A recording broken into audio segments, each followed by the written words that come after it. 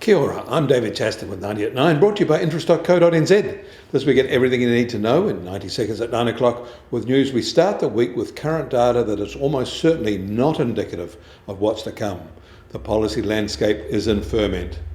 But first up today, weekend data released from China confirmed they have slipped back into a deflationary funk. Consumer prices fell 0.7% in February from a year ago, a 0.5% fall was expected, and producer prices were down 2.2%, a 2.1% fall was expected. China's consumer price decline was their first consumer deflation since January 2024, amid fading seasonal demand following the Spring Festival in late January.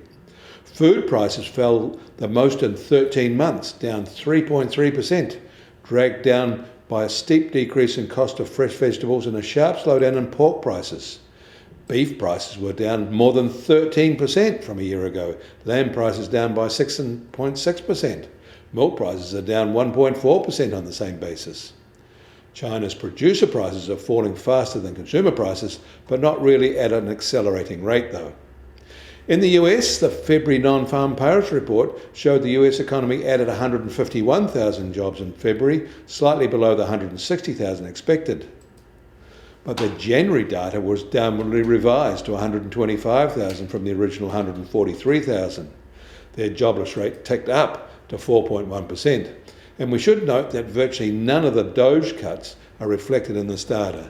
Their participation rate fell. The US Fed boss talked about their outlook for the US economy over the weekend and commented that they see no reason to be cutting their policy rates anytime soon. And in Canada, their February labour force data wasn't that flash either. Full-time employment fell 20,000 while part-time employment rose 21,000. But their average hourly wages rose 4%. Their participation rate fell too. No one expects this labour force data to improve while the tariff war hostilities build in 2025. In Australia, plans to call an April federal election have been shelved, partly because of the expected physical and financial clean-up after the tropical cyclone Alfred. And in Western Australia, their incumbent Labor government has won with a thumping majority, way better than any anticipated.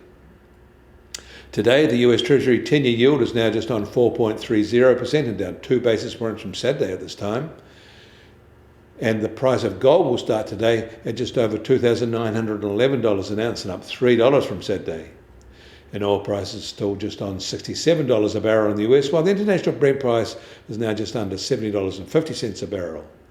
And the Kiwi dollar is now at 57.1 US cents and up 10 basis points from Saturday. Against the Aussie, we're down 10 basis points at 90.5 Australian cents. Against the euro, up 10 basis points at 52.7 euro cents. That all means our trade-weighted index starts today at just over 66.6 and up 20 basis points from Saturday. You can get more news about the New Zealand economy from interest.co.nz. Kia ora, I'm David Chaston, and we'll do this again tomorrow.